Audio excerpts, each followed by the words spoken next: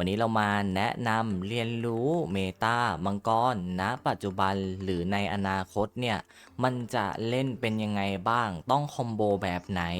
สำคัญมากน้อยแค่ไหนเดี๋ยวคลิปนี้เราไปดูกันเลยดีกว่าและสำหรับคุณผู้ชมที่กำลังมองหาร้านรับเติมเกมราคาถูกปลอดภัยไม่รีฟันเปิดบริการตลอด 24 ชั่วโมงเติมถูกเติมไวผมขอแนะนำร้านจอนชาวไร่เลยนะครับ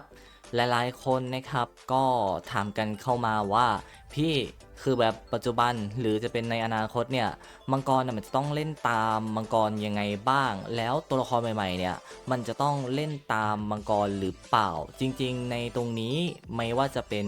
ณปัจจุบันหรืออนาคตที่เราใกล้จะเห็นผลกันแล้วเนี่ยตัวมังกรนะครับมันจะมีความสำคัญตรงที่ตัวมันสามารถบัฟคำรามได้ตรงนี้สำคัญที่สุดและในส่วนของสกิลตัวละครนะครับตัวใหม่ๆเนี่ยเราจะต้องเล่นให้ตรงกับมังกรก็แค่หวังบัฟคำรามแค่นั้นไม่ได้เกี่ยวกับอย่างอื่นแต่อย่างใดในสกิลเบื้องต้นตัวละครใหม่ๆเนี่ยมันจะพึ่งพาตัวเองโดยที่ไม่ต้องคอมโบกับมังกรสักเท่าไหร่อันนี้บอกไว้ก่อนเลยและในส่วนสำคัญที่เราเนี่ยจะเล่นให้ตรงสายกับบัฟมังกรนะครับมันเพราะแค่ในส่วนของการคำรามเท่านั้นอันนี้ผมจะชี้แจงแบบให้เห็นลึกๆเลย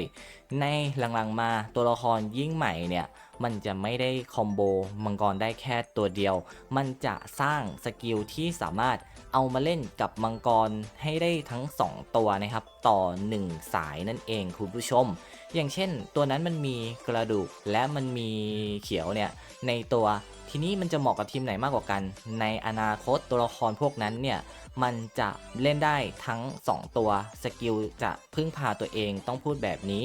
ในส่วนแรกเลยถ้าเราเล่นเป็นตัวดาเมจสิ่งที่เราต้องการมันที่สุดนั้นคือในส่วนของการขาดไม่ได้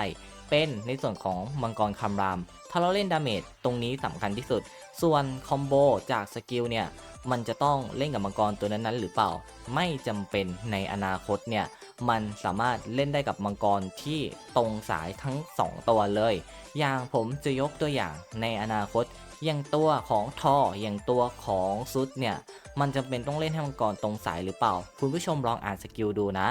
ณปัจจุบันเนี่ยในสกิลมังกรเราได้รู้ล่วงหน้ากันอยู่แล้วว่าเนี่ยเป็นแบบนี้แล้วมันตันไปเนี่ยมันจะเป็นแบบนี้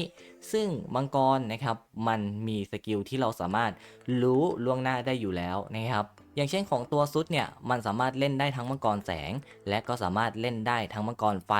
แล้วทีนี้ตัวซุดเนี่ยมันมีสกิลบางสกิลนะพี่ที่มันจะต้องมีในส่วนของบัฟพรไอ้ตรงนั้นคุณผู้ชมก็ลองไปดูคลิปที่ผมอธิบายไปอีกทีนึงว่าตัวมันเองเนี่ย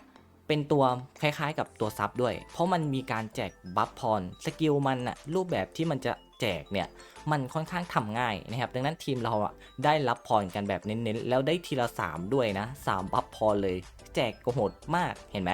หรือจะเป็นเมื่อเริ่มต้นเราอัพดาวให้มันเนี่ยมันก็จะได้รับบัฟพรเนี่ยเป็นทั้งขวัญกำลังใจอะไรเลยเนี่ยที่มันบวกกัน2อย่างมันก็ได้ครบเห็นไหม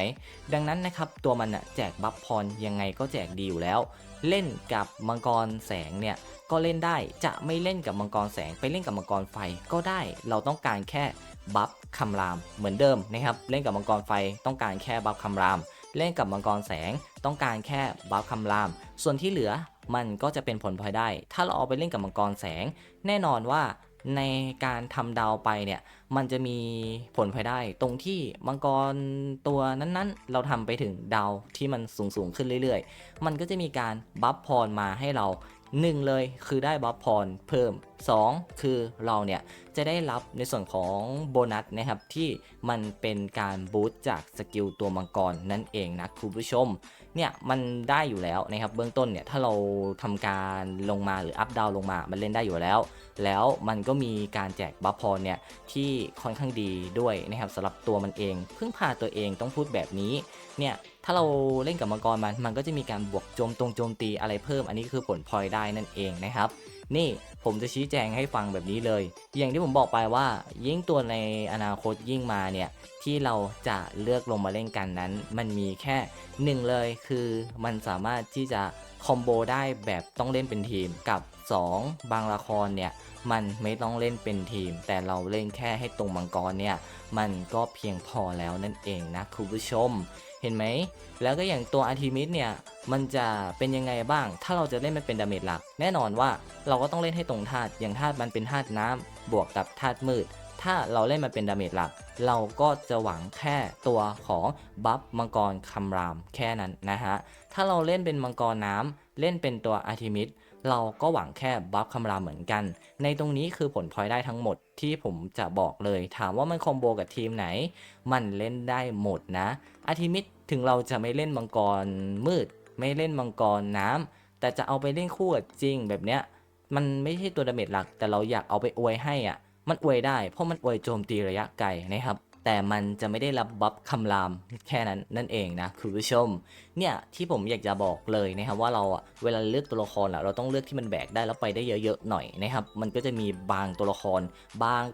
มันก็ไปได้ไม่ครบทีมอาจจะต้องใช้มังกรให้ตรงสายอะไรแบบนี้นี่เองอย่างที่ผมเคยบอกไปเลยว่าเวลาผมแนะนำอ่ะผมทำไมถึงไม่ปั้นล่ะพี่คือบางทีมันใช้ได้ไม่เยอะไงมันก็เลยแบบว่าไม่เอานะครับมันไม่เหมาะอย่างตัวอาร์ทิมิสผมก็แนะนำไปแล้วว่าถ้าปั้นมามันใช้ได้หมดเลยถ้าเราจะปั้นเป็นดาเมจหลักเราเอาไปเล่นกับทีมน้ำทีมมืดเนี่ยก็เล่นได้ถ้าเราเอามาแล้วเราไม่เอาเล่นกับทีมน้ำทีมมืดเราจะเอาไป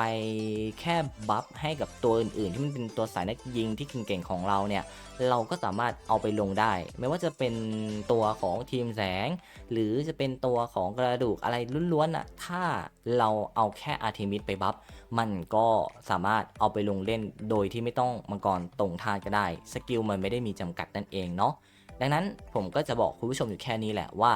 ในอนาคตมังกรจะตรงสายกับตัวดาเมจเนี่ยเราหวังแค่บัฟคำรามนี่แหละนะครับสิ่งที่ผมอยากจะบอกเลยเพราะหลายๆคนก็ถามแล้วเอ้ยพี่คือแบบอนาคตจะเป็นยังไงวะมังกรเนี่ยจะต้องปั้นอะไรยังไงมันจะต้องเล่นให้ตรงสายอะไรยังไงมันก็ต้องเล่นให้ตรงสายแหละแต่ส่วนใหญ่แล้วตัวในอนาคตมันเล่นให้ตรงสายถ้าเราจะปั้นตัวดาเมจเนี่ยมันเล่นได้ทั้งสองเลยอย่างตัวของซุดเนี่ยเราจะเล่นมังกรไฟหรือเราจะเล่นมังกรแสงก็ได้เล่นมังกรไฟก็สามารถผสมธาตุปฏิกิริยาเอลิเมนต์ได้เป็นของแถมถ้าเล่นเป็นทีม